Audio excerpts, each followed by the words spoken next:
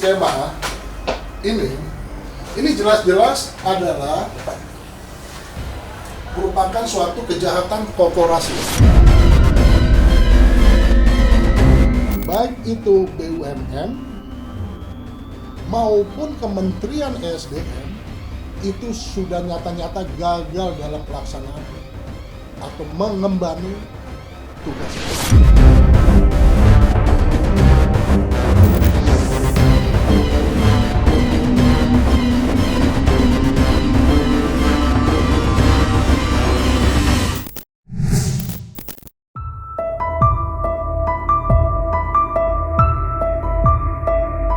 Kasus korupsi PT Timah yang saat pertama kemunculannya menggegerkan publik sampai dengan hari ini, setidaknya Kejaksaan Agung sudah menetapkan 21 tersangka. Munculnya tersangka baru menarik perhatian aktivis hukum JJ Armstrong Sembiring yang sempat mengungkap berbagai kejanggalan yang terjadi di dalamnya.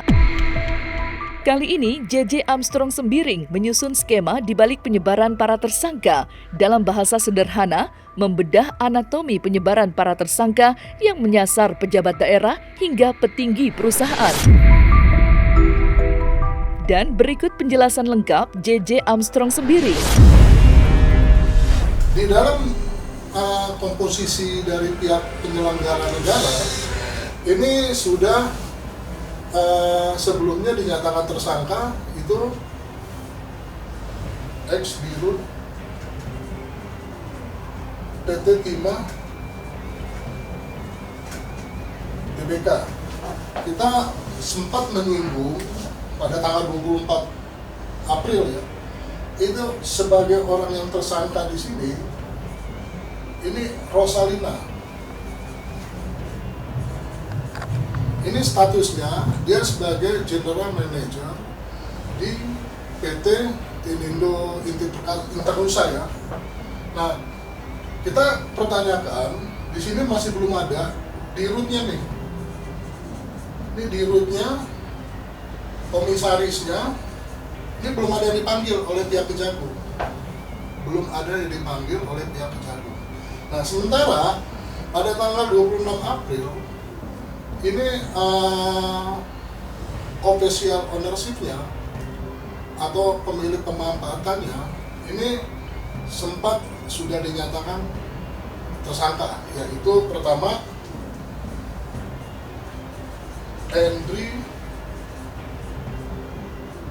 Andri Lai ini sebagai pemilik pemanfaatan.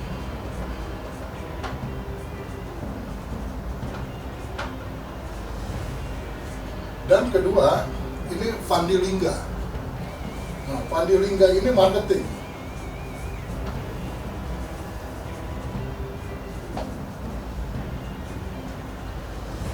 Nah, ini perkembangan baru ya. Ini perkembangan baru yang dimana ini dalam komposisi dari 16 orang tersangka yang sekarang ada penambahan itu Andri Lee dengan Fandi Lingga. Jadi pada tanggal 26 April yang lalu itu sudah dinyatakan penambahan dalam komposisi dari 16 tersangka ya, ditambah dengan 5 ya, ini satu, ini kedua, ini ketiga, ini dan keempat yang ini Andri Lee dengan Fandi Lingga. Nah, ini komposisi yang terjadi nih. Sekarang berjumlah, ini komposisinya ya,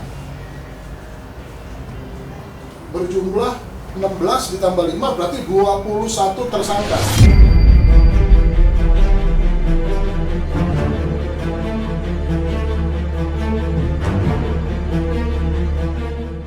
Banyaknya para petinggi perusahaan yang ditetapkan sebagai tersangka, maka dapat dipastikan kasus korupsi PT Timah merupakan kejahatan korupsi yang dilakukan secara berjamaah melalui peran perusahaan dan jabatan.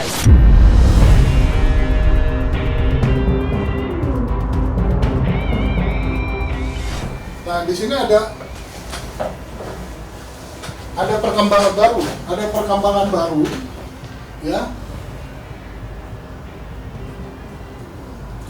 Di sini tanggal 26 April dinyatakan tersangka oleh pihak Kejagung. Ini adalah ex dari Kepala Dinas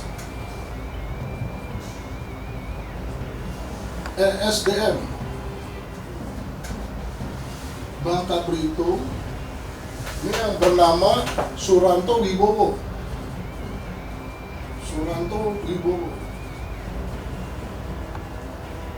Nah, berikutnya ada pelaksana tugas PLT Kepala Dinas ESDM Bangka Belitung. Ini yang bernama Rusbani. Nah, yang terakhir yang dinyatakan tersangka oleh pihak Kejagung ini PLT dari Kepala Dinas ESDM Bangka Belitung. Ini Amir Sabahna.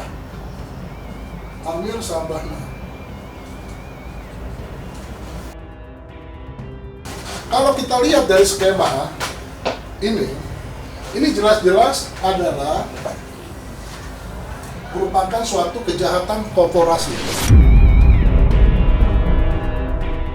Baik itu dilakukan oleh perusahaan atau individu yang mewakili perusahaan, itu bisa dikatakan kejahatan korporasi.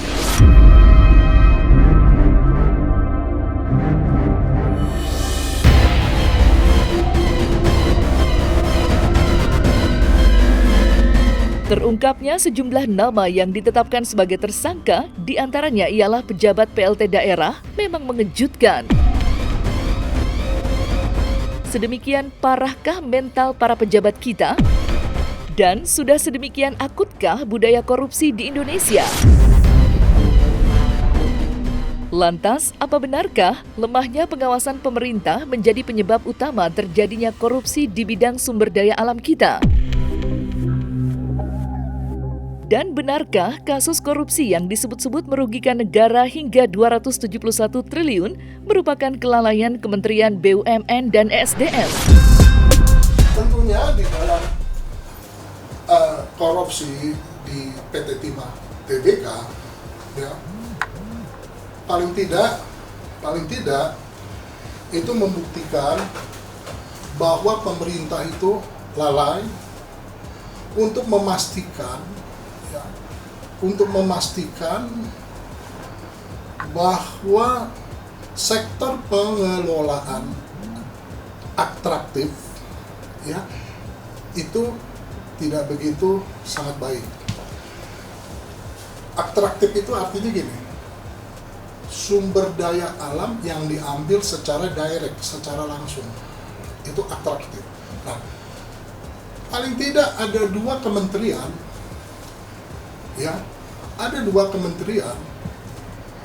yang bisa kita pertanyakan mengenai tentang tanggung jawab. Pertama, itu terkait dengan Kementerian BUMN. Sebagaimana kita tahu, di dalam konteks di Kementerian BUMN ini, PT Timah Tbk ini kan adalah entitas BUMN yang berada di bawah pertanggungjawaban dari BUMN. Namun itu tidak ada upaya atau tindakan atau yang dilakukan untuk mencegah adanya korupsi terkait dengan PT Timah Tbk. Dengan dibuktikan PT Timah Tbk, ya, itu menerbitkan yang namanya RKB, Rencana Kerja Anggaran dan Belanja. RKB ini tentunya kalau di dalam skema ini terkait dengan berbagai macam orang, ya, yang harus bertanggung jawab dengan adanya penerbitan RKB. Jadi intinya singkatnya begini, RKB itu diterbitkan, ya, makanya ada yang dinyatakan tersangka di sini, yaitu ex Kepala Dinas ESDM Bangka Belitung Suranto Wibowo, pelaksana tugas kelanjutan dari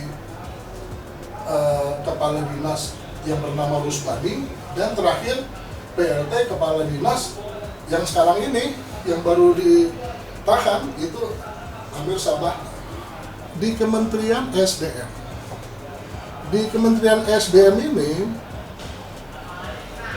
membuktikan bahwa Kementerian ESDM ini tidak melaksanakan mandat PP nomor 55 tahun 2010 tentang pembinaan dan pengawasan, ya, pengelolaan pertambangan mineral dan batu bara.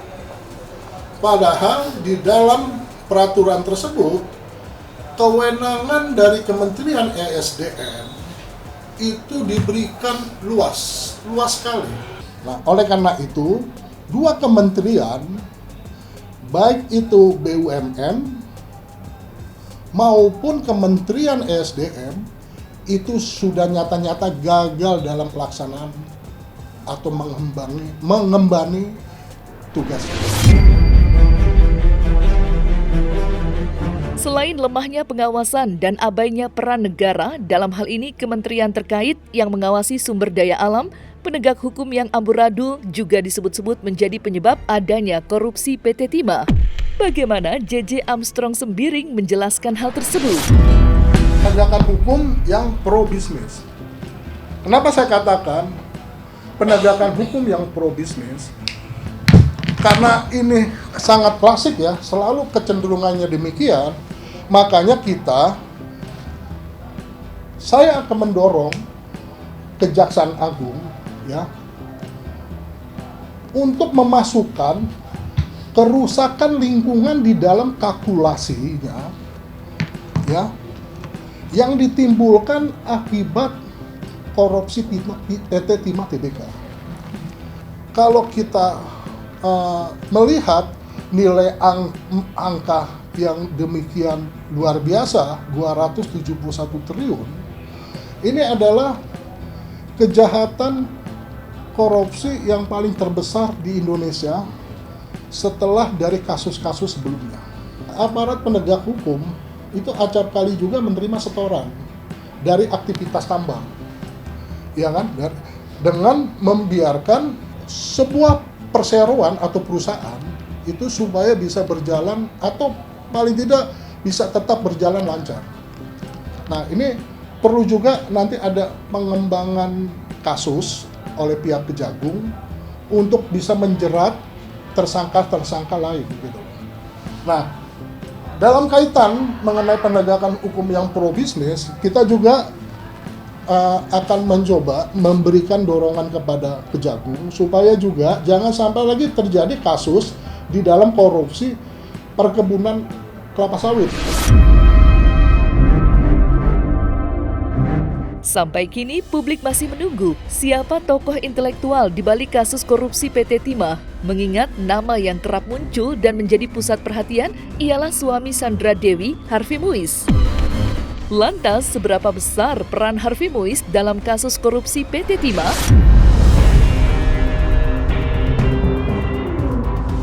Nah, itulah makanya pengembangan kasus, ya, yang harus lebih meluas dilakukan oleh pihak Kejagung. Karena kita juga bisa juga, ya, kalau kita melihat dari kejahatan korporasi, tadi kan saya sebutkan, kejahatan korporasi itu di dalam konteks kejahatan terorganisir, itu biasanya pelakunya itu mendirikan suatu perusahaan dengan bertujuan untuk kejahatan, atau perusahaan tersebut dijadikan untuk mencucikan uang hasil kejahatan. Nah, kita juga harus tahu juga nih, Kejagung itu harus menginvestigasi lebih detail lagi apa nih hubungannya 5 smelter tersebut dengan PT KSE. Apakah ada korelasi yang tersistematis Apa sih relevansinya 5 perusahaan ini dengan PT KSE? Gitu. Karena kan hasil keuntungan dari 5 perusahaan tersebut itu diserahkan kepada Arvemos.